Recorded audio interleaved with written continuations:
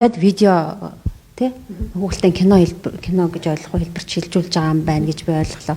Өмнө нь гаргасан одоо номоо жүжигээ хичнээн хүүхдэд оруулсан гэдэг юм хүргэсэн гэдэг статистик байгаа бол ер нь хэр үр дүнгээ өгж байгаа бол одоо видео хэлбэрт оруулах бас ямар шаардлага гэдэг юм үүсэж байна гэж байна. Хогон мангас 1 ер нь бол хогон мангас гэдэг энэ төслийг санаачлах болсон шалтгаан нь болохоор тухайн үед 3 жилийн өмнө сургуулийн өмнөх нас буюу цэцэрлэгийнхэнд тэгээд сургуулийнханд бага ангийнханд дунд ахлах ангийнханд ч гэсэн яг хог хаягдлын талаар Монгол хүүхдийн сэтгэлгээнд таарсан гоё сторитой үлгэрчилсэн ном байгаагүй. Тийм болохоор бид нар судалгаа хийж явжгаад ерөөсөө ийм Монгол хүүхдийн яг сэтгэлгээнд таарсан үлгэрчилсэн ном байхгүй юм чи бид нар яагаад хийж болохгүй ингээд тэгээд 3 жилийн өмнөөс хогон мангас гэдэг сургалтын хөтөлбөр боловсруулад тэрийг хүүхдүүдэд зааж явж байсан. Тэгээд зааж явж хахад хүүхдүүдэд хүрж байгаа байдал нь маш сайн байсан учраас тэрийг илүү чанаржуулаад бүр гоё үйл явдал оруулаад ном болгосон гэсэн үг. За ингээд ном болгож явж байгаад эхний хогон мангас гэдэг ном нь бол 3 дахь удаага хэвлэгдэж байгаа. Одоо 3 дахь удаагаад гэхдээ их олон хувь хэвлэгдээгүй ойролцоогоор нэг 1500% бол хэвлэгдсэн. За ингээд хоёр дахь нь бас гарсан. Анхнаасаа энэ номыг олвол нэг 4-6 цуврал гаргана гэж төлөвлөж исэн. Хоёр нь гарцаа одоо 3 дахь нь бичигдээд явж байна. За ингээд явж их хугацаанд болвол тэр номыг уншсан эцэг эхчүүд биднэрт их хандчихсан. Яг хэрэгтэй ном байна. Ийм ном байх ёстой учраас энийг ч одоо хүүхдүүдэд авч өгөө гэдэг ээж аав нар хандчихсан. Гэтэл нэг удаа Creative Bamboo гэдэг хүүхдийн театрын продюсер Уянгаа гэд бүсгүй яг би ийм монголчууд, нүүдэлчин монголчууд, орчин цагийн монголчууд хог хаягдалтаа яаж санаа зовдгийм бэ гэдгийг харуулсан бид нар жүжиг хийх гээд зохиол олдохгүй байна. Тийм учраас таны энэ номыг чинь жүжигэн зохиол болгож болох уу хамтарч ажиллая гэдэг санал тавьсан. Тэгээд нөгөө нэг зүгээр л нэг одоо өгүүлэмж маягаар бичсэн байсан үлгэрийг дахиад тайзны хэлбэрт оруулаад дахиад шинээр зохиол бичсэн гэсэн үг. За ингээд Батнайрамд найруулагч маань найруулад тэгээд Creative Bamboo хүүхдийн театрын уран бүтээлчд оролцоод маш хөөрхөн хүүхдийн жүжиг болсон 45 минутын. За ингээд хүүхдийн жүжиг болсны дараа нийслэлийн хогоо англи хөдөлгөөнөөс ер нь бол боловсролын сайдад 2007-8 онд бүр өгсөн тийм тушаал байдгийн байлаа л дээ. Одоо энэ хог хаягдлыг элементийг ойлгуулах хэвээр боловсролынхаас одоо хөтөлбөртөө оруулах хэвээр гэдэг боловч та нар мэдчихэж байгаа шүү дээ. Боловсролын сайд бараг жилдээ хэд солигдсон юм бэ те.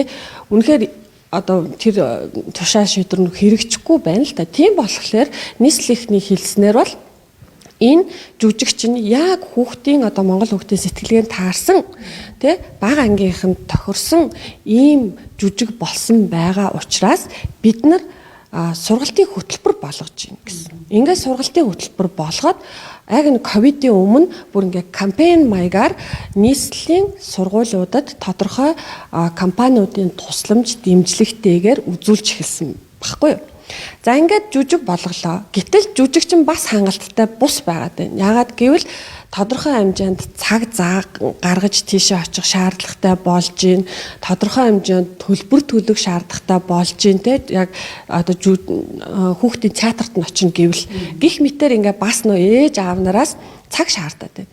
Тэгэхээр яах ёстой вэ гэвэл ерөөсөө хүүхэлдэйн кино болох хэвээр байна. Үнэхээр бүр дэлхийн төвшний бид нар ингээд бүр анимашн болвол хийж чадах боломж байсангүй.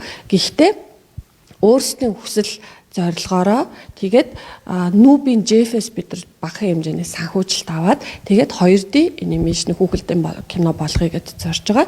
Тэгээд энэ нь болохоор хамгийн гол нь Монгол хүүхдүүдэд таарсан хог хаягдлаа бууруулах ёстой гэдгийг ойлгуулсан агуулгатай байх ёстой.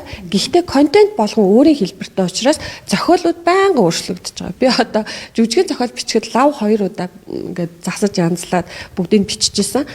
Энэ одоо хүүхэлдэйн кино болгоход бол бас л бодож яаж эхлэх вэ гэд бодож одоо контентынхаа хэлбэрийг олсон гэсэн үг. Тийм нэг юм давтаал хийгээд байна гэж бол миний хувьд бол тэгж бодохгүй. Яагаад тэгэхээр хэлбэр нь өөр, агуулга ойролцоо боловч.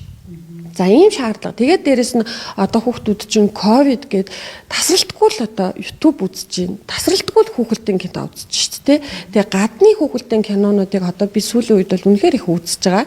Тэгээд Америк, Барууны, Японы, Солонгосын хүүхэлдэйн кинонууд л одоо энэ дэлхий гэдэг чинь ганцхан юм байна. Хүн төрлөختөн хогоо хаяад ах юм бол дэлхийн маань хогинсаа болох юм байна. Тийм учраас хогоо англи, эсвэл хог хаяглаа бууруулъя гэдэг багахан элементийг ч гэсэн заавал тэр хүүхэлдэйн кинонд оруулсан байгаа байхгүй юу?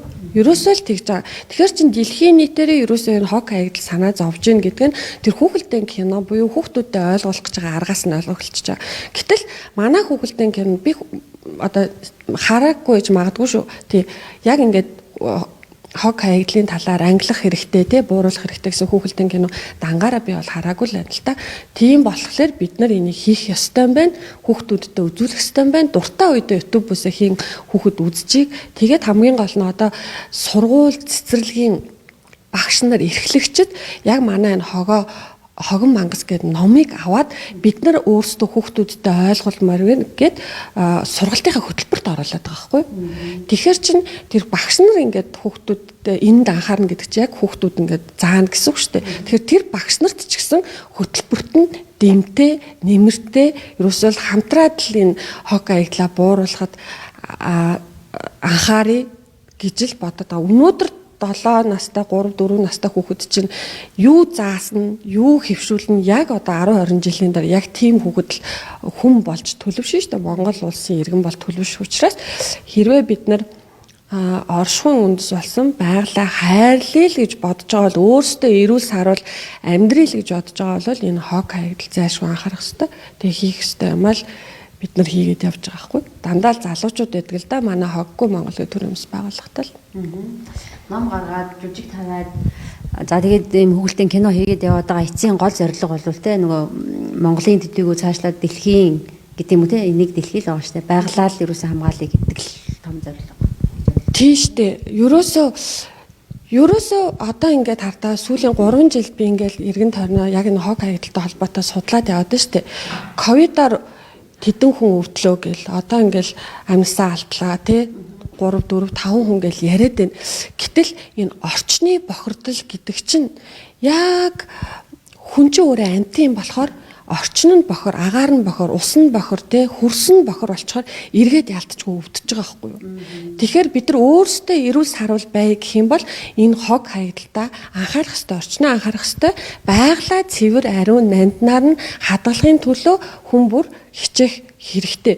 Ерөөсөө энэ дэлхий дээр чинь за 7 тэрбум хүн амьдарч байна. Гэхдээ хүнээс гадна амтан, ургам, шавж гээд хэдэн сая төрөл зүйлийн амтан ургамал байна штэ. Бид нар энэ бүхнийг хайрлаад одоо хайрлан гэхээр одоо зарим хүмүүнд бол та санагдахгүй ч магадгүй тэдний оршихуйг хүндлэх ёстой байхгүй юу? Тэр амьтад байж ич одоо энэ байгалийн гинжин хэлхээ чинь зөв яваад бид нар өөрсдөө эрүүл саруул амьдрах гэдэг. 2019 оны бүрэн судалгаа харж ирсэн бид нар хорт хавдраар 4000 гаруй хүнээ алддаг байхгүй жилд. Манай улс 6000 гаруй хүн шинээр би хорт хавдартай болжээ гэдгээ мэддгийм байлээ. Энэ 2019 оны хамгийн сүүлд гаргасан судалгаа байсан. Тэгэхээр чин энэ хорт хавдар гэдэг чинь за эмч судлаачид бол яг хөө те эртөө уншилж гин гэл янз бүрээр хэлгээ. Бид нар ингээд одоо тэгэл ганцхан Монголдо судлаад байгаа юм биш шүү дээ те барууны судалгаануудыг зөндөө олон уншиж гин тэдний хэлж ярьж байгааг сонсож гин. Ерөөсөө орчин нь бохирдохоор хүний цус бохирддог, эргээд сэтгэл зүй те бүх юм бохирдоод одоо нөгөө хорт хавдраар өвдөх эрсдэл чинь нэмэгддэг юм билээ. Тэгэхээр энэ хог хаягдал гэдэг бол өөрөө эрүүл байх ирээдүйн хойчтой сайхан цэвэр дэлхий үлдэх тэгэл байгалаа хайрлах л гол зорилго. Хүүхдийн киногоо яг эцсийн байдлаар хизээ бэлэн болох бол одоо хүүхдүүд тэ нөгөө YouTube-аас татаад үзье гэвэл хизээнээс Яг нь бид нар 6 сарын дундуур гэж төлөвлөж байгаа. Энэ ковид энэ төр айхтар садаа болохгүй бол тэгээд гарч